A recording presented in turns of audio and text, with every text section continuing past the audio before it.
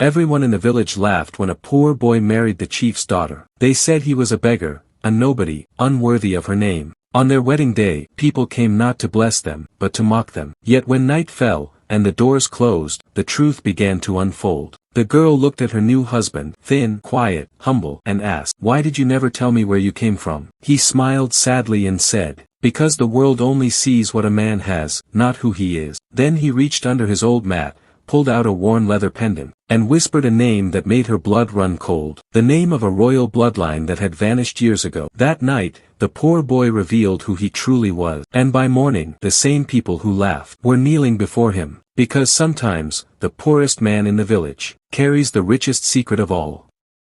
The morning sun rose slowly over the hills of Mwamba village, spreading golden light across the tall grass and quiet hut. Birds sang above the palm trees, and the river shimmered like liquid glass. Down by the riverbank, a young man named Nuru sat with his feet in the water, repairing a torn fishing net. His fingers were rough, his shirt faded from the sun, and his stomach ached from hunger. Yet, despite his poverty, there was a peace about him, a calmness that the villagers could not understand. Nuru had no family. His parents had died many seasons ago during the great drought, leaving him to survive on kindness and labor. Some days he helped fishermen with their boats, other days he carried baskets for farmers in exchange for leftover food. He never complained, he never begged, but the villagers still whispered, "That boy is cursed," one woman said at the well. "Always smiling, even when he's starving," another added. "Something must be wrong with him." Children laughed when he passed by. Some threw stones. Others mocked his old clothes. Nuru never fought back. He only smiled faintly and said, "May the river bless your heart." That was Nuru, poor in pocket, but rich in patience. One hot afternoon,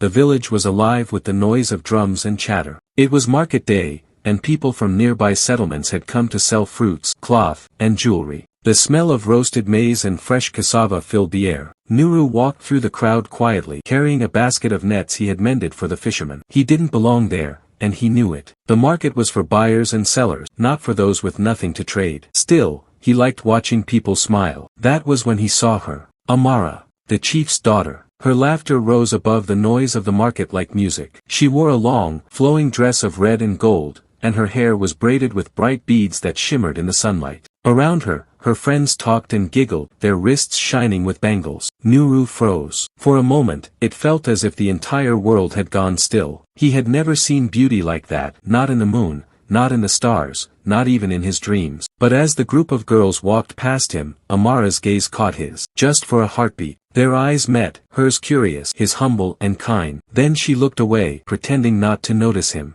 But as they moved on, something about that boy lingered in her thoughts. Later that evening, as the orange sun sank into the river, Amara sat beside her mother, Mama Jalea, inside their large courtyard. Servants moved quietly around, lighting lamps and serving food. "Mother," Amara said softly, "who is that boy who fixes nets near the river?" Her mother looked up sharply. "Which boy?" "The tall one with a quiet face. He works for the fishermen sometime." Mama Jalea frowned. "That boy? His name is Nuru. He has nothing, not even a proper home." "Stay away from him, Amara. He's not one of us." Amara didn't answer. She only lowered her eyes to her plate. But as her mother spoke, she remembered Nuru's calm expression, the steady way he worked, and the faint smile that never left his face. That night, she couldn't sleep. She lay awake listening to the sound of the river beyond the trees, wondering if he was there, under the stars, alone, without food or shelter. Something in her heart ached. Over the next few days, Amara found excuses to walk by the river. She told her maid she wanted fresh flowers, or that she needed herbs for perfume. But secretly, she hoped to see him again. One morning, her wish came true.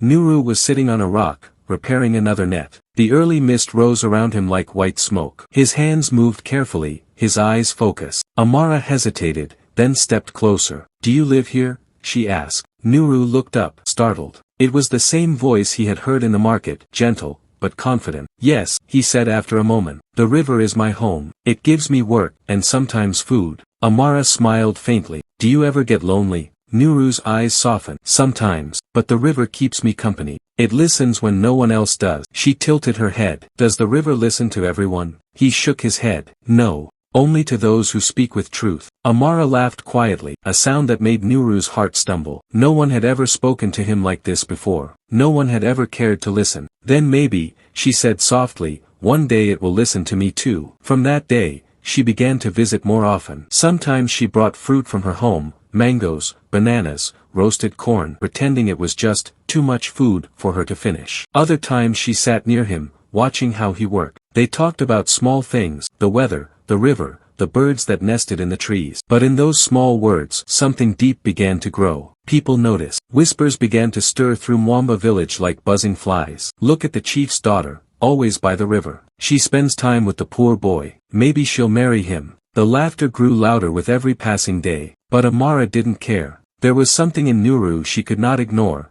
a quiet strength, an honesty that wealth could not buy. He never tried to impress her. He never asked for anything. He only treated her like an equal, with respect and warmth. Nuru, too, tried to keep his heart steady. He knew who she was, a daughter of power and wealth. He was nothing more than a poor boy with calloused hands and empty pockets. But every time she smiled, he felt like the world was a little less cruel. That night, as the moon shone silver over the river, Nuru whispered to the water, "If love is a curse, let me carry it quietly." The river made no sound, but the wind that blew across it felt almost like an answer. The rains came early that season. The river swelled, the fields turned green, and the air smelled of wet earth and new beginning. But not all hearts in Mwamba village were at peace. For weeks, the people had been whispering about the chief's daughter, about how she spent her afternoons by the river, talking to a poor boy. Some said it was only curiosity, others claimed it was love. But in a small village, even whispers can turn into storms. One morning, Chief Baraka was sitting under the great mango tree in his courtyard. He was a tall man with a deep voice and eyes sharp as a hawk. 3 elders sat with him, drinking palm wine and discussing the coming harvest. Then, Mama Jalea, his wife, walked in, her face tight with concern. She bowed slightly and said, "Baraka, there is something you must hear." The chief frowned. "Speak." "It's about our daughter, Amara." The elders looked up, curious. Mama Jalea hesitated, then sighed. "The villagers talk too much. They say she visits the river every day, that she speaks with a poor fisherman's boy named Nuru." A long silence followed. The chief's expression hardened. "Nuru," he repeated, "the one who sleeps under trees." "Yes." The chief's voice grew low. "A chief's daughter and a beggar? Have we raised her for this kind of shame?" The elders exchanged uneasy glances. One of them said gently, "Young hearts wander, Baraka. Perhaps it is only friendship." But Baraka shook his head. "A chief's daughter does not befriend beggars. She learns to honor her bloodline." That evening, when Amara returned home, she found her father waiting in the courtyard. His staff rested against his knee, and his face was carved with anger. "Where have you been?" he asked. "By the river," Amara replied softly. "And who did you meet there?" Amara lowered her gaze. She knew there was no use lying. "Nuru." Her father's hand struck the arm of his chair with a loud thud. "You shame this family," he thundered. "Do you know who you are?" Amara's voice trembled, but she stood her ground. "Yes, father. I am your daughter. And I know who he is too. He is a nobody." Baraka roared. "A boy with no name, no home, no cattle. And you speak with him as if he were your equal." Amara's eyes filled with tears. "He may have nothing, father, but his heart is pure. He speaks truth. He respects everyone, even those who mock him." "Enough." Baraka's voice shook with fury. "You will not go near that river again. I forbid it." Amara tried to speak, but her mother gently touched her arm, shaking her head. The look in her father's eyes was one she had never seen before, cold, unyielding. That night, Amara lay in bed, staring at the ceiling, her pillow wet with tears. Outside, the rain whispered against the roof, and thunder rolled far away. She thought of Nuru, alone, perhaps hungry, yet still smiling under the storm. And she whispered to herself, "If love is a sin, let the heavens forgive me." The next morning, she didn't go to the river. Nor the next. But on the 3rd day, as the sun rose red over the horizon, she could no longer bear the ache in her chest. She wrapped herself in a plain shawl and slipped out quietly before dawn. The river was still, the mist floating above it like white ghosts. Nuru sat in his usual spot, carving wood into a small boat. When he saw her, his eyes widened in surprise. "You came." She nodded. "I couldn't stay away." He smiled faintly. "The chief must be angry." "He is," she said softly. "He forbade me from seeing you." Nuru looked down, sadness clouding his face. "He is right, Amara. I have nothing to offer you. No land, no cattle, not even a roof. You belong to a world far above mine." Amara shook her head fiercely. "I belong where my heart feels peace. And it feels peace here, with you." Her words hit him like a wave, gentle yet powerful. For a moment, he couldn't speak. Then he whispered, "You are brave, Amara." "No," she said. "I'm just tired of living a life where love is weighed by gold." Days passed in secret. Amara met Nuru at dawn or dusk, when the world was half asleep. They spoke about dreams, hers of escaping the walls of wealth, his of building a small home by the river someday. They laughed. They shared roasted corn. Sometimes, they just sat in silence, listening to the sound of water and wind. But love, no matter how quietly it blooms, cannot stay hidden forever. One evening, a servant followed Amara and saw her by the river with Nuru. By nightfall, the entire village was buzzing with gossip. "The chief's daughter has lost her mind. A beggar will never be one of us. If the chief allows this, his name will be mocked across the land." The next day, when Nuru went to fetch water, 3 men from the chief's guards confronted him. "You think you are good enough for her?" one spat. "You're filth," said another. "Stay away, or we'll throw you into the river you love so much." Nuru didn't fight back. He simply said, "If love is a crime, then I am guilty." Then he walked away, leaving them speechless. That night, Amara came again, tears streaming down her face. "They hurt you," she said. "Only with words," Nuru replied gently. "I have known pain before. This is nothing new." She held his hands tightly. "I don't care what they say. I will marry you, Nuru, even if the world turns against me." Nuru's heart stopped. He looked into her eyes, trembling, afraid, and full of courage. "Amara," he whispered, "do you mean it?" "Yes, I would rather be poor with you than rich with someone I don't love." The river rippled quietly beside them, as if blessing their vow. And above them, the moon broke through the clouds, watching 2 souls who had just promised to fight the world together. The dry season returned to Mwamba village. The river shrank, the grass turned brown, and the drums of the harvest festival echoed faintly through the evening air. Yet, while the people celebrated new crops, 2 hearts were at war, Amara's and her father's. Chief Baraka had made it clear, "You will not marry that boy, not while I live." But love is a stubborn thing. It grows where it's not wanted, like wild vines breaking through stone. Amara stopped eating. She stopped smiling. The once lively girl became silent, her eyes filled with sorrow. Even Mama Jalea began to worry. "Baraka," she pleaded one night, "our daughter is fading before our eyes. Let her choose her path." But Baraka's pride was iron. "I will not let our bloodline be mixed with poverty. I would rather see her leave this village than marry a beggar." Meanwhile, down by the river, Nuru worked quietly. He built a small shelter from wood and palm leaves, not much, but enough for shade. It was his dream, a place he hoped would one day become a home. He had not seen Amara for many days. He told himself it was better this way, that she deserved comfort and respect, not a life of hunger. But every night, as he lay staring at the stars, her laughter echoed in his mind. Then one evening, as the sun bled red across the sky, he heard soft footsteps behind him. He turned, and there she was, Amara. Her eyes were swollen from crying, her hair loose in the wind. "Nuru," she whispered, "I can't live like this anymore. My father will never agree. We must leave, tonight." Nuru stared at her, stunned. "Leave?" "Yes," she said, her voice trembling. "If we stay, he will marry me off to someone I don't love. I'd rather live poor with you than rich without you." Nuru took a step closer. "Amara, if we do this, there is no going back." She nodded firmly. "Then let's not look back." That night, under the blanket of stars, they left Mwamba village quietly. They crossed through the narrow forest path, carrying nothing but a small bag of food and faith in their heart. The journey was long. The nights were cold. They slept under trees and drank from streams. But each step they took together felt lighter than the life they had left behind. After 2 days, they reached a small village on the edge of the hills, Kisumu. There, the people didn't know their names or past. They introduced themselves simply as a young couple seeking work and peace. Nuru found a job with a fisherman, and Amara began weaving baskets for the market. They lived in a small hut by the river,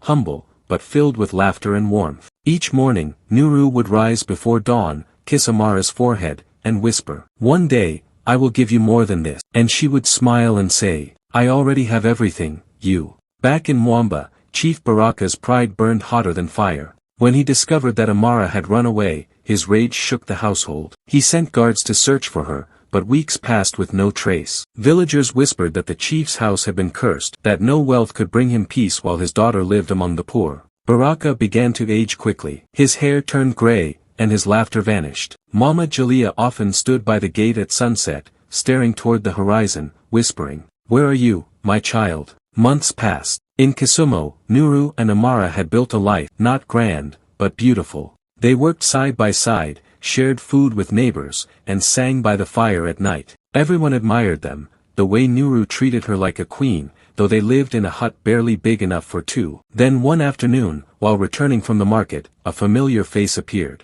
It was Bako, one of Chief Baraka's guards. He stopped in his tracks when he saw Amara. "My lady," he gasped, "you're alive." Amara froze. Her heart raced. "Please," she said, "don't tell my father." But it was too late. The next morning, Chief Baraka's men arrived with drums and dust. They surrounded the small hut. Baraka himself stepped down from his horse, his face hard as stone. "Amara," he said coldly, "you have brought shame to my house. Come home." She stood beside Nuru, holding his hand tightly. "Father, I am home." "This?" Baraka spat. "This hut, this boy." Nuru bowed his head respectfully. "Chief, I love your daughter truly. I have no wealth, but I promise her peace and honesty." "Peace?" Baraka's voice thundered. "You think peace feeds a family? You think honesty builds a home?" He turned to his men. "Take my daughter. Leave the boy." The guards stepped forward, but Amara cried out, "No, I will not leave him. If you take me, you take us both." Baraka froze. The defiance in her voice pierced through his pride like a spear. "So you choose this life," he said finally, "this beggar, over your blood?" "Yes," she whispered. "I choose love." The villagers of Kisumo gathered to watch. Some laughed, others pitied them. Baraka turned to the crowd and raised his voice. "Then let it be known, my daughter is no longer a Baraka. She is cast out from my blood and my land." The words fell heavy in the air, but Amara stood tall, her hand still wrapped around Nuru. "Then we will make our own name," she said quietly. 3 days later, with the help of kind villagers, they were married beside the same river where they had first met. It was not a grand wedding, no gold, no drums, no feast, only flowers, laughter, and the sound of flowing water. As they exchanged vows, the village children sang softly. Amara wore a simple white cloth, and Nuru tied a string of cowrie shells around her wrist. "I may not have riches," he said, "but I give you my soul." "And I give you my heart," she replied. When they kissed, the river sparkled beneath the sun, as if blessing their union. But behind the joy, whispers followed.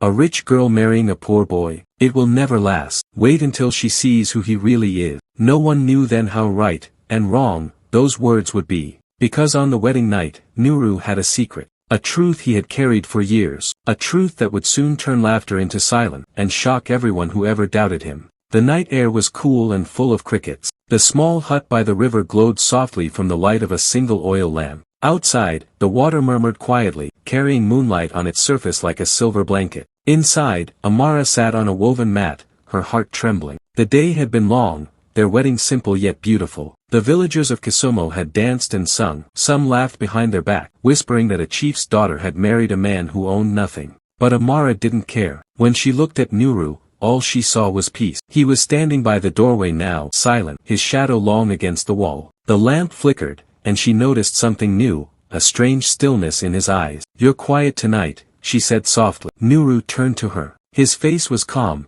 but his eyes carried the weight of something unspoken. "There is something I must tell you, Amara," he said quietly. She frowned, her heartbeat quickening. "Tell me what?" He took a slow breath and sat down before her. The night outside grew still, as if the river itself leaned closer to listen. "You know me as Nuru, the boy who mends nets and sleeps under trees," he began. "But that is not who I truly am." Amara blinked, confused. "What do you mean?" "Years ago," he said, "before the drought, before I came to Mwamba, I had another life, another name." He looked down at his hand, scarred and rough. "I was born in a distant village called Kimbala. My father was a wealthy man, a chief, like yours. He ruled with kindness, but also with trust, too much trust. One season, a man he called a brother betrayed him. Our home was burned, our lands taken. My father was killed, and I escaped." Amara gasped softly. "You were a chief's son." Nuru nodded slowly.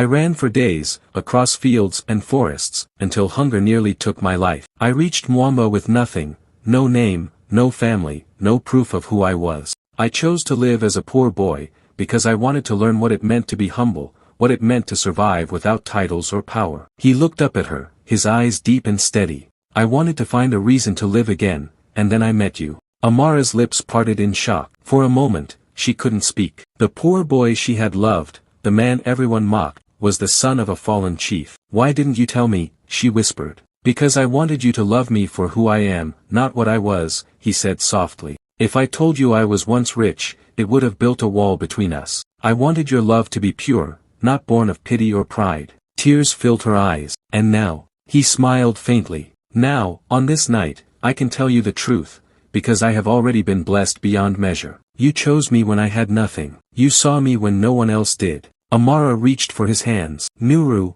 or whatever your real name is, you will always be the man I love. He hesitated for a moment, then said quietly, my true name is Cato, son of Chief Mwend of Kimbala. Her breath caught. Cato, the same Chief Mwend whose village was destroyed years ago. He nodded. Yes, people believe his entire family was killed. But I survived. The night grew heavy with silence. Outside, the wind rustled the grass, and the river whispered as if retelling an old secret. Amara was still processing the truth. The poor boy she had defied her father for was actually born of the same bloodline her father respected. You are of noble birth, she murmured. Not anymore, Nuru. No, Cato said gently. Titles mean nothing to me now. The world took everything, but it could not take my soul. He stood up and walked to the doorway, staring at the moon. I remember my father's last words, he said. He told me, when a man loses everything, the gods test his heart, not his wealth. I failed that test for years, hating those who betrayed us. But when I met you,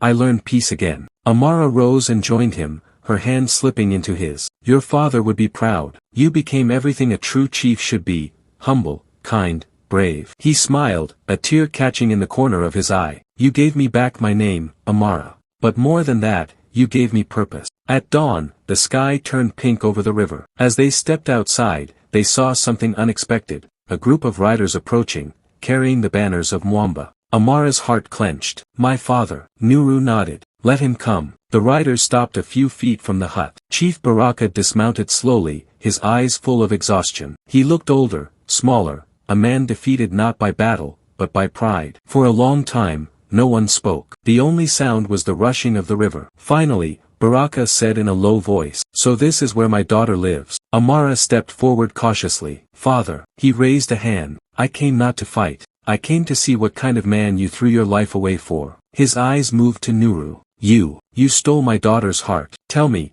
what have you given her in return? Nuru bowed slightly. Peace, and truth. Baraka's face hardened. Big words from a beggar. I was a beggar, Nuru said quietly, but not anymore. Not because I found wealth, but because your daughter taught me that love is the greatest treasure. The chief scoffed. Love doesn't build homes or feed bellies, but it heals hearts, Nuru replied calmly. And sometimes, hearts build more than wealth ever could. There was a silence. The villagers had begun to gather, watching in awe. Then Nuru took a deep breath and said, Chief Baraka, before you decide my worth, there is something you must know. He stepped forward, meeting the chief's eyes. I am Cato, son of Chief Mwend of Kimbala. Baraka froze. The name hit him like thunder. Mwend, he whispered. But, he died years ago. His family was destroyed. Not all of them, Nuru said softly. I am his son. I lost everything, my home, my land, my name. I came to Mwamba as a broken boy. Your daughter found me when I had nothing left to give. Baraka's staff trembled in his hand. He looked at the young man before him, the same one he had called worthless, and felt his pride begin to crumble. You are Mwend's blood. Yes, and I have no hatred for you, chief. I ask for nothing but peace. The chief stood silent for a long time. Then, slowly, he removed his headdress and bowed his head, not in defeat, but in respect. Your father was a great man, he said quietly. If you are his son, then you carry his spirit. And if my daughter loves you, then perhaps the gods have chosen wisely. Amara's eyes filled with tears. Father. Baraka turned to her, his voice softer than it had ever been. I was blinded by pride, child. I thought wealth made us strong. But you have taught me that strength lies in love and humility. He placed her hand in Nuru's. May your union heal what pride once destroyed. That night, the villagers gathered again by the river, not to mock, but to celebrate. Drums echoed across the hills, and laughter filled the air. Nuru and Amara stood hand in hand, surrounded by lanterns and the glow of forgiveness. The beggar had become a chief's equal. The chief had learned to bow before love. And the river, that silent witness to every secret, flowed on, peaceful and proud. The morning after the truth was revealed, Mwamba village woke to a different kind of silence. Not the silence of shame, but of awe. For years, they had called Nuru a beggar, a boy with empty pockets. Now they learned he was Cato, son of the noble Chief Mwend, a man whose name once carried honor across the lands. The gossip that once carried mockery now carried respect. Old women who had turned their faces away when Nuru passed now whispered prayers for him. Children who once threw stones ran to the river to watch him work, their eyes wide with admiration. But Nuru, or Kato, remained the same. He still rose with the sun, still repaired nets, still greeted every villager with a bow and a smile. When someone asked, "Why do you still live like a poor man, when you could claim your father's lands?" he smiled and replied, "Because wealth lost and regained can make a man proud. But humility, once learned, must never be forgotten." Chief Baraka, too, was a changed man. After years of ruling with pride, he began to see leadership through Nuru's eyes, not as power, but as service. He often visited Kisumo, sitting by the river with Nuru and Amara, speaking not as a chief, but as a father and friend. "I once thought riches built respect," Baraka said one afternoon, watching the river flow. "But now I see that respect comes from kindness, from how a man treats those beneath him." Nuru smiled. "Then we have both been poor and rich, chief, and both have learned from it." Baraka laughed quietly. "You are wise beyond your years, my son." Seasons passed. The river bloomed again after the long rains, bringing fish and freshness to the land. Amara and Nuru's home, once small and simple, grew into a peaceful gathering place for travelers and children. They taught the young ones to read, to farm, to speak truth. They shared food with the hungry, shelter with the tired, and hope with the lost. Soon, people began calling Nuru not the beggar, but the river son. Because just like the river, he gave without asking, steady, calm, and eternal. One evening, as the sun bled gold across the horizon, Amara stood outside their home, holding a small child in her arms, their firstborn, a boy with curious eyes. Nuru came beside her, wrapping his arm gently around her shoulders. "Do you ever miss the life you left behind?" he asked softly. Amara shook her head. "No, because that life gave me everything, my father's lessons, my strength, and you." He smiled, brushing a strand of hair from her face. "Our son will grow knowing that love is not about wealth or blood, but about truth." She nodded. "And humility, that's what saved us." The baby yawned, the river whispered, and somewhere in the distance, a night bird began to sing. Many years later, when Chief Baraka grew old and frail, he called Nuru and Amara to his bedside. "You both have given me something I never had, peace," he said weakly. "When I die, Mwamba will need a new leader. And the gods have already shown me who it should be." He turned to Nuru. "A man who was once poor will never let his people starve. A man who has known shame will never let others feel it. You shall be chief, my son, not because of your blood, but because of your heart." Nuru bowed deeply, tears in his eyes. "I will serve, not rule," he whispered. Baraka smiled faintly. "Then you will rule better than any man." That night, the chief passed away, peacefully, beneath the same stars that had once witnessed his anger and pride. The next morning, the entire village gathered by the river. Drums echoed through the hills, and the people sang in one voice, "Long live Nuru, the river chief." But Nuru only raised his hands and said, "Do not call me chief, call me brother, for the river that feeds me feeds you all." He looked toward the water, calm, endless, forgiving. Then he took Amara's hand and whispered, "This river gave me life twice, once when it saved me as a boy, and again when it brought you to me." Amara smiled. "And may it carry our story forever." Years later, when travelers came to Mwamba and asked about the chief who ruled with both wisdom and humility, the elders would point toward the river and say, "That is where the story began, where a poor boy met a rich girl, and love washed away all pride." They would tell the tale of how the village once laughed at a beggar, but wept with joy when they saw the man he truly was. And as the sun set over the water, the river's song seemed to whisper the same lesson to every generation that came after. Wealth fades, beauty fades, but a good heart lives forever.